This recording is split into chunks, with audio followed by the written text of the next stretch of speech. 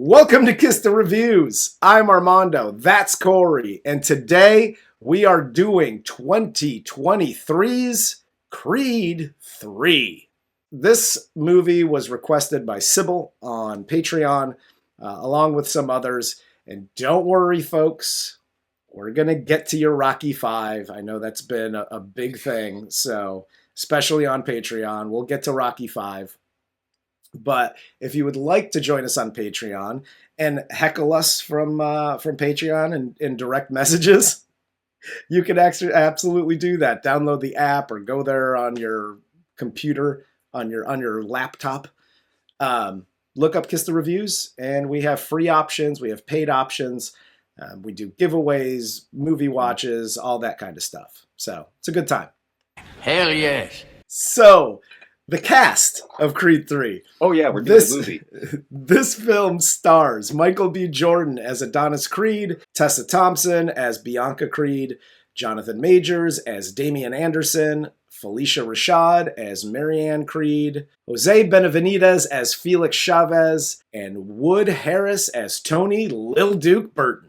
But let's get into this one, man. So this movie opens. You got the young Adonis Creed. He's sneaking out of the house with his best friend, Diamond Dame, which is a great fucking boxing name. He takes him to like this underground boxing match so that Adonis can watch Dame fight. And afterwards, they stop at the liquor store. Adonis sees someone named Leon and beats the brakes off of him. Like, we don't see the aftermath until later in the movie, but he's like 15 in this, and Leon is a grown-ass man, and he beats the fucking brakes. He just got the Cat Williams experience. He got the shit knocked out of him quick. And this is why you don't beat kids. It's not because it's wrong. It's because they grow up eventually.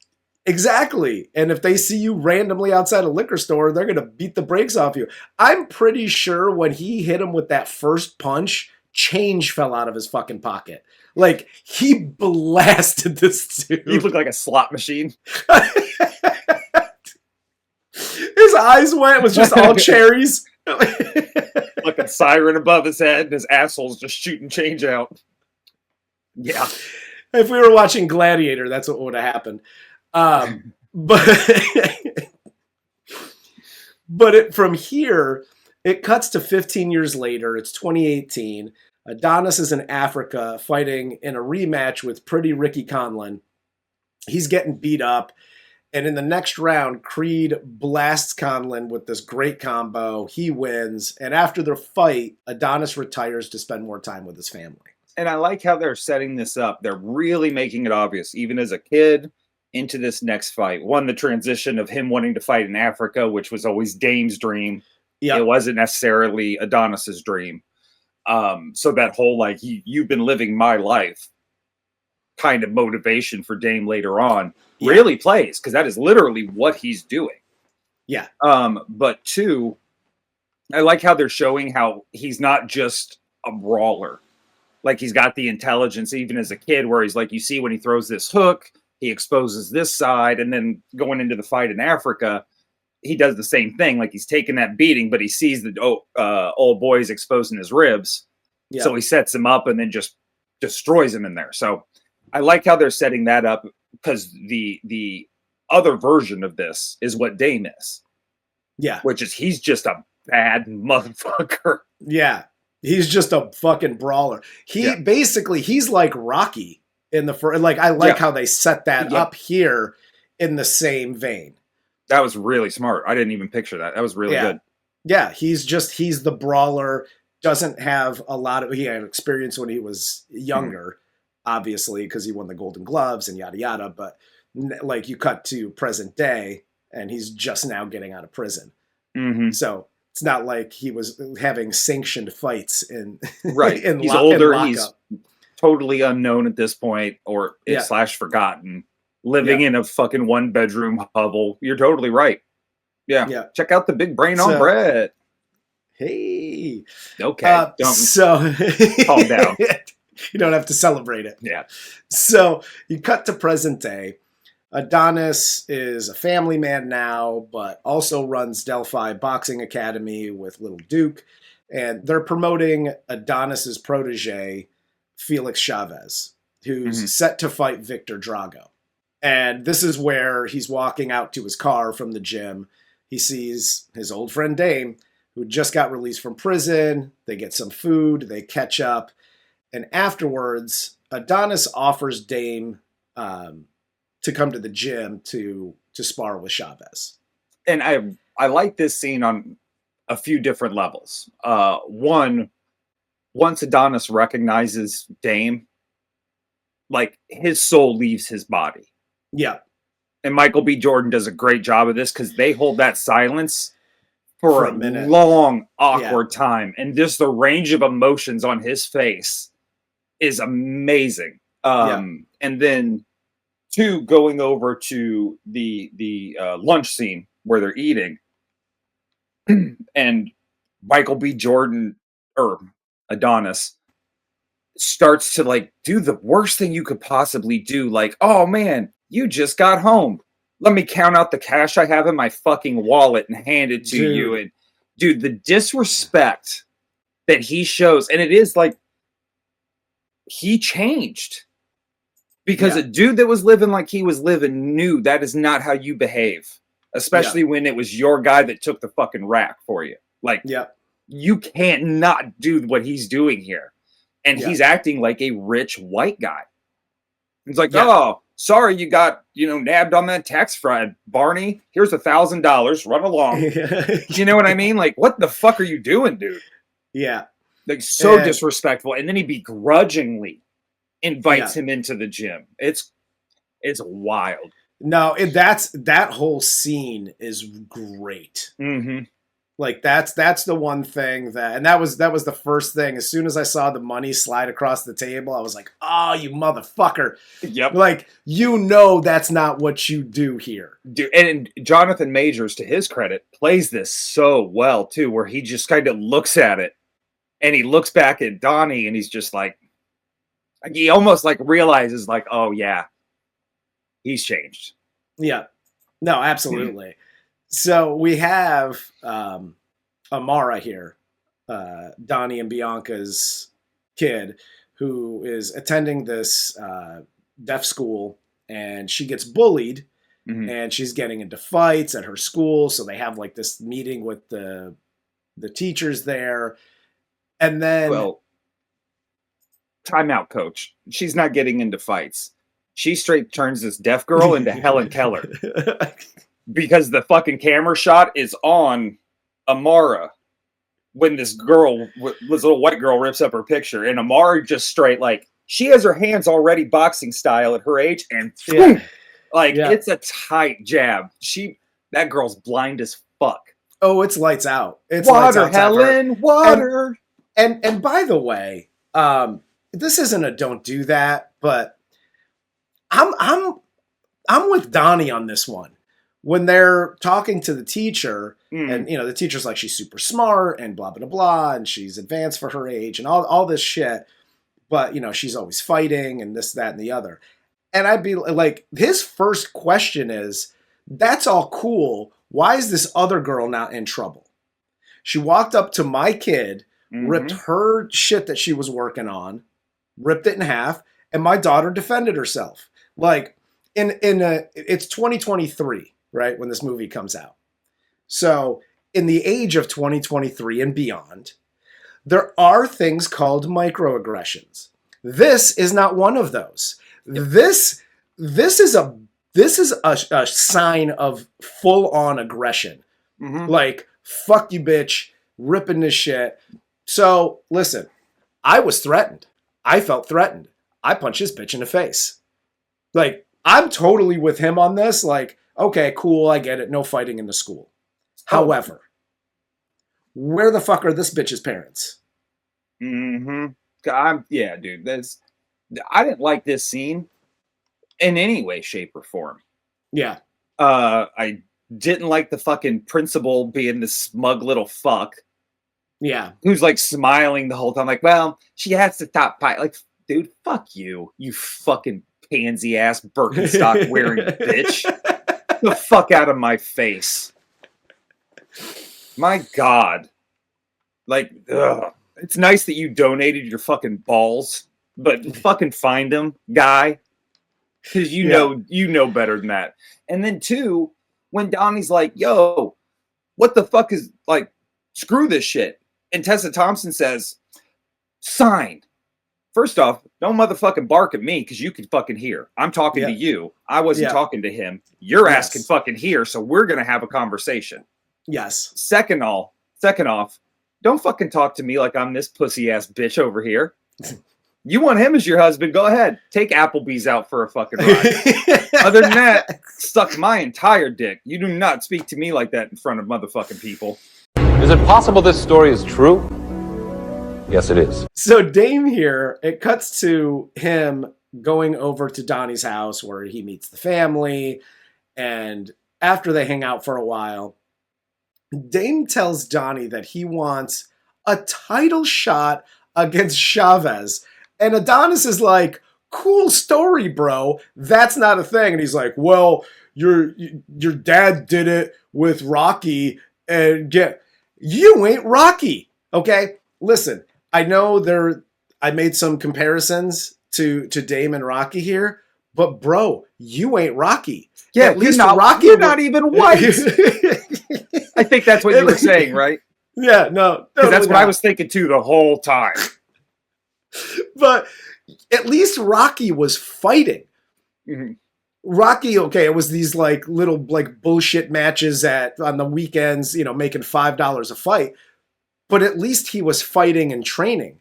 Bro, you just went to prison, did some of these, and then like, okay, cool, you're swole, but like you don't know anything about boxing anymore. It's been a long fucking time. How about we start training first, and then we'll get you through the ranks? I'm not going to start you at the bottom. He uses a crab defense like he's fucking Joe Louis. Like, exactly. Like, if I'm Donnie here, I'm like, listen, we're not going to start you at the bottom of the barrel because you're big. You're a brawler. And you got a resume. Like, we can get you in. Yeah, but I'm not. It's not like you were ranked number 3 when you went to prison, and now that you're back out in 15 years, we can rank you at like 4 or 5 and maybe make this look good. You're not ranked. You were an amateur when you went away. Yeah, and I will also say this. Chavez has a fight. The reason Dame gets a fight is much like the same reason Rocky got a fight. If you remember, Apollo's opponent had to back out. Yep. So they needed somebody. Also, the only reason Rocky got picked is because he was Italian. Yeah. He was a bum-ass Italian that they could play off of the whole Columbus Day. I'm not saying all Italians are bum. I'm saying that's what they looked at Rocky. They looked at his record and like, we'll fucking watch this dude. And it's Columbus Day. Italians love dudes that commit genocide. Let's fucking do this. And I'm just gonna do a quick don't do that here. And I know we've talked about it, but don't do that, it's not good for you. Hi everybody out there. Just like we said with Adonis sliding the money across the table to Dame in the restaurant when they're talking. Just like that, just like you don't just give money to a friend on hard times. You also don't ask for the impossible to be done just as a favor because you used to be boys when you were teenagers. Yeah, I think everybody fucked up here, 100%. Because I also think Donnie just going like, no, like that's the wrong move. You at least tell him you'll try. Yeah, like, let me see what I can do. Come sit down in meetings with me. Let you hear it for yourself. Not just me telling you. I'll get you in this business, like you said. We'll get you some ranked fights, but you need to hear from an entire group of other people that are going to be like, dude, that's ridiculous. It's silly. Yep. Well, and shit gets silly from jump because Dame goes into the gym that Donnie owns, and he starts sparring. Like, he starts training, but he starts sparring with Chavez. And immediately, shit gets a little squirrely because he's taking shots at Chavez. It doesn't go over well with Duke, who was not on board with him sparring or even being invited to the gym, for that matter, from Jump Street. Yeah, for Avon Barksdale to act this way is kind of fucked up. Cause up in this bitch here, I'm what you might consider an authority figure. Dame and Avon Barksdale are so similar in their story. Like, this has got to be. Come on, little Duke, you got to fix it. Either way, he's not down. He was like, dude, I don't know what the fuck you're doing, but this dude is not like, I'm not letting him in the gym. Mm-hmm. Cool, I guess he's in the gym now. But it cuts to Bianca's like record label party that she invited Dame to, and he shows up, and Drago's there, and Chavez is there, and they're doing the whole meet and greet and taking photos. And Dame tells Bianca here about the whole not the whole Leon situation, but he starts to allude to that Leon situation, and that's why he ended up going to jail. And also, Drago here is attacked and injured after the attack. They take out like a fucking goddamn billy club, a collapsible billy club, and like blast his arm, and the injury, like he can't fight now, so now they got to look for another fighter, and yada yada. Now I like how this is supposed to be some sort of big reveal too later. That it was like a setup. No shit! This doesn't randomly happen to anyone, anywhere, especially at these massively private events. That dude is not getting in. Unless you were at like a death row party, this shit just doesn't happen. Shit just doesn't pop off like that at like Sony Records fucking label party. Yeah. No. The kind of music Tessa Thompson's character makes does not invite this kind of a situation. No, the Applebee's Birkenstocks guy is there. And not to mention the amount of security a heavyweight championship fighters are going to have around them or getting closer to a fight like that is insane, especially anywhere close to the public. Like they have security around them for this reason. Yes. It's just, this is so silly. Yeah. But after this, Adonis floats the idea of Chavez fighting Dame, and Chavez and his mom begrudgingly agree. I didn't like this. Me neither. I'll tell you why. Thus far, Adonis has not been very warm or receptive to Dame being back in his life, right? Yeah. He's kind of standoffish. He's being really disrespectful in a lot of ways. He's he's going through the motions, but it's kind of like two friends reconnecting that really just, it shouldn't be reconnecting. Like, we're doing this, but also, this is all awkward and fucked up. And then all of a sudden, he's like fighting for him. Yeah. He's like really going to fight for him. Be like, no, man, this can work. We can make this. It's like, no, dude. You postpone this fight. Period. Yes. End of discussion. The dude in a sparring match just fucking fought dirty. Yeah. You're going to put me in there against an unknown I have zero tape on? Get the fuck out of here. What I did like about this scene was... No, you're not allowed. Stop. Okay. I'm going to speak my piece here, guy.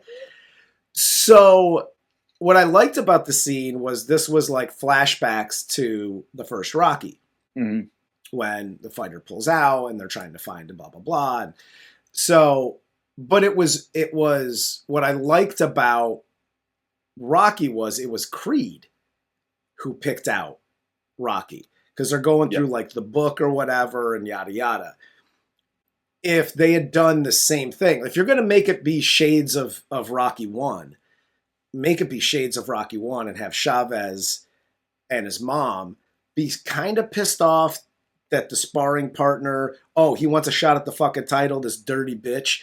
Like, I want to fight him. Put him on the docket. And that's where Adonis goes, guys... he almost turns into Duke from part 2, where 100%. He's like, you don't want any of this mess. Let's just Yep. get a fighter in there that we can win. And he's like, no, and make them be adamant about it instead of you. Literally everybody at the table is going, no. Yes. Like even his mother's going, do not do this. Yeah. And even like Big Duke said in Rocky 1, he's all wrong for us. Yeah. We don't want this guy. It's no good. That's exactly what this conversation should have been. Yeah. 100% agree with you. Yeah. Which is fucking rare. Yeah. Dude, I'm on point today. I brought my fucking A game. I don't think we will literally ever record another show after this. Armando plateaued. We're out. I did. So we get to the fight, right? And Dame keeps punching Chavez on his shoulder. He's fighting dirty, cuts him with his elbow. Dame then takes control of the fight, ends up winning the title, knocks Chavez out. And after the fight, Adonis goes to see his mom. She shows him letters that Dame wrote to Donnie and while he was in prison. And she kept those letters from him because she thought Dame was a bad influence and yada yada. So as he's going through this, he also sees the photo. Here's the big reveal that the dude that fucking busted up Drago was one of his dudes in prison. He was a celly. Yeah. I respect Donnie for this. He comes in and instead of actually dealing with the problem and accepting responsibility like a man, he yells at his mother until she strokes out and dies. And that's how you deal with a problem like a man. Yes. I salute you, Donnie. Like, you kept this from me. This is all your fault. I'm going to scream until you die. And then it happens. Hell yes. That's one way to do it, anyway. Yeah, I mean, look, dude. The way Donnie gets talked to in his own home by his wife and his daughter's like, we're fucking having a tea party. Put on your goddamn Yoshi onesie. Let's go. Like, the way these women are talking to him in his own home, and then they're going to invite his mom in to live with them the whole time. He's like, no, dude, I just need an excuse to kill this bitch, and that's what he does. By the way, it was Princess and the Frog. Just if we're going to go that route. Just be fucking accurate, guy. Don't just make shit up. Since when are we accurate about anything? Point taken. Jesus Christ, dude. What the fuck? Afterwards, after all of this, Donnie goes to see Dame at like this bonfire on the beach. Mm-hmm. So he goes to confront Dame about that. They have some words. Dame hits him with, oh, little bitch, little creed, yada, yada, walk away like you always did, whatever. And then he hits him with a fucking sucker punch. Yeah, and Adonis walks away. Mm-hmm. Sorry, there's a fight happening. No. This is the black version of the OC season 1 episode 1. Where it's like, welcome to the OC, bitch, after the sucker punch. Like, don't do this. That guy's got a bunch of boys around him. He now got the gun. No. I'm walking the fuck away too. Yeah, they're all strapped. I'm not saying it's a smart move. But I'm saying you get two, like, boxer, alpha male. You get punched, somebody's punching back. But Adonis has enough presence of mind to walk away. And to Dame's point, old Donnie, younger Donnie, would have done that. Yeah. This Donnie, nah. Yeah, he's right, and not in this form. Like, he's a businessman at this point. He's not a boxer. He's in no shape to do this. Even though this motherfucking Dame got hit once in the jaw and apparently lost his teeth. What in the shit was that about? Apparently Chavez has concrete in his gloves. Dude, that was a weird message about the prison healthcare system and how they need dental care. Like, that was a weird throw-in for advocacy. Like, he was like, I had 4 cavities anyway. I don't give a fuck. And then once you've lost your teeth, like, why are you putting your mouthpiece back in? Like, they're gone. Fucking. Nah, bro. But so after not opening up to Bianca about the whole Leon situation, Donnie does some reflecting. He gets a call from his wife that his mom had another stroke. She ends up dying. And finally, after the funeral, Donnie tells Bianca that Leon, the dude that at the beginning that he beat up, abused him at the group home while him and Dame were at that home. Dame pulled the gun that night because dude's boys came out and started jumping Donnie. Mm-hmm. Cops came. Donnie ran, leaving Dame to take the heat. And Dame, that's why Dame went to jail. So he's got like he's all conflicted about everything now. Which, by the way, I mean, I understand I might sound incredibly pale when I say this, but the whole like, oh, you ran out on your boys. Yeah, I ran from the fucking cops. Are you fucking, it sounded like you were getting jumped and I fucking ran away and didn't help you. Yeah. That's different. Like if Dame ran away from the situation Donnie was in at that moment, yeah, you ran out on your boys. It is universally known that when the flashers start, you bail. Yeah, you bounce It's immediately. End of discussion. Like the fact that you're just standing there holding a gun like a dipshit when cops are coming. What was that me? Yep. Run! And I guarantee you, Donnie went, run! Fuck, the cops are coming. Like everybody does. Somebody yelled 5-0. That's all I'm saying. 100%. And by the way, not just Donnie and not just Dame, the other three motherfuckers also got up and ran too. Okay? 100%. Everybody. The only one that couldn't run at this point was Leon because he's laying in a puddle of his own poop. Like he literally got the shit kicked out of him. Absolutely. But my favorite, this is one of my favorite scenes in the movie. Donnie goes on First Take with Stephen A. Smith. And Dame calls in and just starts talking mad shit. And Donnie then decides to come out of retirement. He challenges Dame for the title fight. So now it's like, oh, the old friends now turned enemies, yada yada. We're gonna fight. Dame calling in and just like, yeah, what now, punk? Like this is live TV, and Adonis trying to hold it together, and he's like, hey, this ain't the right time. This is not the right place. And he's like, your shit's live. What you gonna do? Dude, Dame is straight trolling him like he's 50 Cent. Not like this. This ain't the way to handle it. Oh, bad news, bro. This live. So, I mean, this how we gonna handle it now.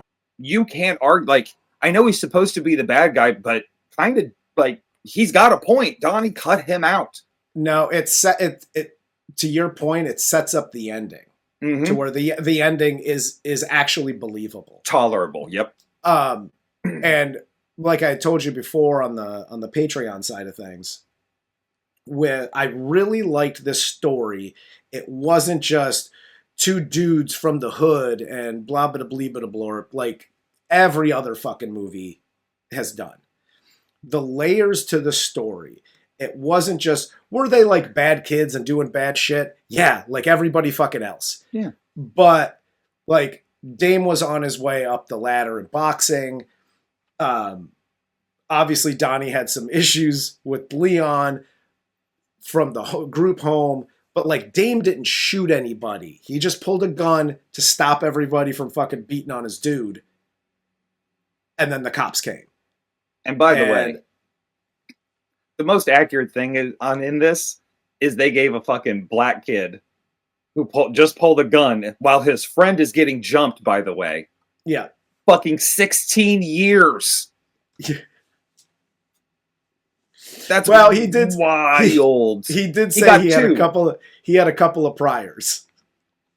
Still. So they didn't even put him in juice. 16 years? No, that's a lot. That's a lot, for sure. That's a lot, dude. You know what they would do to me if I got busted with a gun? You'd be out tomorrow. They would shake my hand. I'd be in the newspaper receiving the Congressional Medal of Honor or some shit. It'd be you standing next to Kyle Rittenhouse getting medals.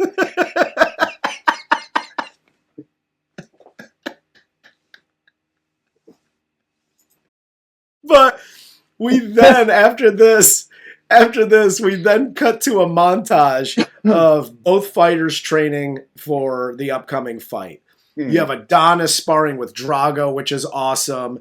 And dude, the music during this montage is dope. The one thing that we had mentioned in part 3 was, or at least I brought it up. I don't know that you necessarily agreed with me, at least on the one song. But the song in the montage is super important. The song in the montage should get you gassed up. 100%. This song in the montage got me gassed up. Yeah, again, it was just the irony in Rocky 3. Yeah, I know. There's no easy way out. While you're taking the easy way out with the montage is one of the top 10 funniest things I've ever fucking experienced. That being said, I totally agree with you. Like, great montages, and you watch this, and it does have, like, this is why I think Creed 3 is my favorite of the Creed movies. Spoiler for whatever. It doesn't fucking matter. Most people have stopped watching by now. But this is one of my favorites because instead of like the mirror of Rocky 1, Rocky 2, Creed 1, Creed 2, and like, oh, now he's fighting Drago because we're going back to Rocky. This has elements of all of them. Like you have the Rocky 1 comparisons with Dame coming up, as you mentioned, and how he's living and getting his shot. You have Drago and Adonis being friendly now. Yeah. Which happened in some of the later movies. You have him climbing the mountain during the training montage. Like Rocky 4, Drago! Like, which, by the way, okay. Not for nothing, guys. He climbed the Hollywood Hills. Rocky fucking ran up a Russian mountain. This dude went for a fucking jog in Laurel Canyon. Are you fucking kidding me? What is this? It was just a silly Agreed. thing. Between that and him starting the wildfires in this montage with a fucking 50-foot mirror in the fucking desert sun. Dude, what are you doing? You literally burnt down LA to shoot this movie. It's insane. Yes. But we get to the fight, right? The Battle of Los Angeles at Dodger Stadium. And the fight starts out pretty evenly matched. Then we cut to just the two of them by themselves, you know, basically fighting their past demons and their history together. I like how they shot this piece too. And then you bring it back to the crowds there. And in the final round, Duke tells Donnie to just let go of everything, stop boxing, start fighting. And after taking a shot to the breadbasket, Donnie takes control and finally knocks Dame out. Because, to your point, of his, I'm going to go ahead and block your punches. Yeah.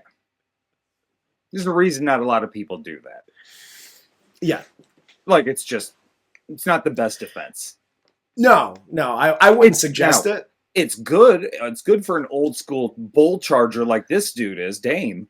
Yeah. Because that's what you do is you march right in, basically taking jabs to the top of your head, and then you can push them and start doing your thing. It's not advisable. Yeah. And Donnie, again, being the smarter boxer, the true boxer as opposed to the brawler, picks out the gap and hits this toothless motherfucker one more time. So after the fight, Donnie goes to Dame's locker room. They have this heart-to-heart. Both go on a forgiveness tour and basically just admit that neither one was at fault for their past. And again, everything earlier sets this up to be okay. Like, everybody's okay with it because, like, yeah, Dame's not terrible. Like, he's not a terrible dude. Adonis is not a terrible dude. They were both young, yada, yada. So this actually sets up, like, if one of them did some dirt, like, did some real shit back then, this scene doesn't work. No. And, dude, like, it's as much as black unity tends to frighten me, this was a great scene. No, this is a dope scene. Because they both had the same problem. They were holding on to this childhood thing. Yeah. And it had fueled them with this rage and this anger for so long that now that they actually were able to get it out in the most man thing that has ever happened. Mm-hmm. We had a brutal fucking knockdown drag out fight, and now we can actually talk. And that's what Adonis says in this is like, there's only one way I'm going to be able to get him to listen was through this fight. And sometimes that's just what has to happen. Whether it's a fist fight or you get into a knockdown drag out argument, sometimes you just got to let this shit go so you can get actually through the past and start living your life. And I love how they end that. I love how they set it up where Dame could come back in a Creed 4. You could see him maybe helping to train Amara, like with him and Adonis, and because that's the obvious place they're going with the end scene of Amara in the ring and fighting with her dad, and which was cute as hell. And Tessa Thompson can wear the fuck out of a denim jumpsuit. But yeah, dude, like the ending of this movie was really nice. I liked it. Yeah. No, I liked it too. The only thing, if I'm going to pick out something that I'm like, I didn't like about this movie, and they do this, and it's not just this movie. They do this with every Rocky movie. You have the announcers talking, which you need to have, right? You need to have some sort of commentary going on, like you're actually watching the fight on TV. And I'm totally good with that. It's some of the dialogue that I don't like, which when Adonis and Dame fight, they're like, oh my God, Adonis looks great. He looks to be in great shape, even though he hasn't boxed in 3 years and yada, yada, yada. Which they said about Rocky when Rocky came out and whatever. He looks so great. Fine. And they're like, but can he beat like the new king of the hill and the new guy is Dame? I'm like, Dame's older than him. Yeah. What are we talking about here? Dame isn't this like the new champ who's young and full of piss and vinegar. He's an old bitch, and he's probably 3 or 4 years older than fucking Adonis in this movie. So what are we talking about here? He's going to hold if he beats Adonis, then what? He's going to have the title for what? 2 more years before his fucking arms stop working? Yeah. Like, he's not going to be one of the greats. He's just another guy who won the title. Creed retired a champion, but he's definitely the underdog. Yeah, there's no doubt Dame has the upper hand. He looks to be in phenomenal shape. Dame, he's the next king of boxing, not you, okay? There's a couple little things in here where you're like, nah, you could have changed this really easily. Yeah, but they're little things. They're so small. It's just us being fucking playing semantics, so we say something bad. Yeah. It was truly my favorite of the Creed movies, which I like all of them very much. So do I. But this was my favorite. It had all the elements of the other Rockies in it, which they've been mirroring, as we've said before, which is fine. I mean, there's only so many places you can go. And I think like with the talking in the middle of like the boxing scenes, you have to, it's like the Fast and the Furious where they're talking to each other with like it'd just be a bunch of assholes driving cars. Like you have to do something. You have to have it. It is to have them to do the dialogue that they have, because it's obviously scripted. They're not just like live there doing the thing. Right. I just didn't like some of the. They're having a conversation in the middle of the ring. Yeah, that too. Like that I didn't like, but just the commentators bothered personally. Oh yeah. Well, the commentators doing the whole like Adonis can't win because this guy's the new champ, but this guy's old as fucking shit. Yeah, like that. I didn't like that. Right. But again, that's such a small piece to this, because when they said it, I just laughed and I was like, fucking whatever. It's a Rocky movie. Like, yeah, exactly. What are we talking about? But, generic commentator fucking sayings here. And that's what they do. It's like the people that fucking go, the news is fake.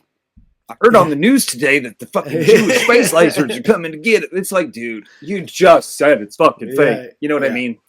No, absolutely. Commentators are so full of shit, real life or in movies, whatever. Yeah. Overall, though, I really, really dug this one. I dig all of them. again, out of this whole franchise, from the first Rocky through Creed 3, they were all pretty dope outside of Rocky 5. But My favorite. I wish we could review Rocky 5 every day. I like... You're not backing out of this one. So, but I really like that they rebooted this franchise, and we just did Prometheus. Mm-hmm. They rebooted this franchise and got 3 solid movies out of it. Yeah. And I think the best part about this one is Sylvester Stallone finally took a fucking back seat. Yeah, I mean, they kind of froze him out. Which, good. It was time. It's not a Rocky movie. Yeah, exactly. It's now called Creed. It's part of the Rocky franchise, but like, it's Creed now. This is Michael B. Jordan's joint. Yep. And I think they showed with this one too, like, it can be carried without him. You don't need Sylvester Stallone to make a boxing movie. You can make this happen. So I hope they keep making more of them. I love it. This is like, this one reminded me a lot of that movie Play It to the Bone with Woody Harrelson and Antonio Banderas, which is much more of a comedy, but just kind of those old friends that know each other so well, going to fight each other. And I really, really liked it a lot. Play It to the Bone, by the way, if you haven't seen it. That and Digstown are the 2 best boxing movies ever made. Fight me. Yeah. That being said, dude, I absolutely love this movie. And again, Sybil, I'm going to excuse your bullshit ass Patreon request of Alex Cross. Which I don't know why you're doing this. Are you trying to have like me and Tyler Perry have a sit down conversation? I think that's what it's going to boil down to. Is this going to be like the Obama summit, like with the cop and Dr. Gates, where we have to have like a beer and talk about race for 3 hours? This is going to be Creed 4. It's going to be you and Tyler Perry hashing it out. You were correct. All right. Well, if you got nothing else, I got nothing else. Love this movie. But for Corey, I'm Armando. This is Kiss the Reviews, and this was 2023's?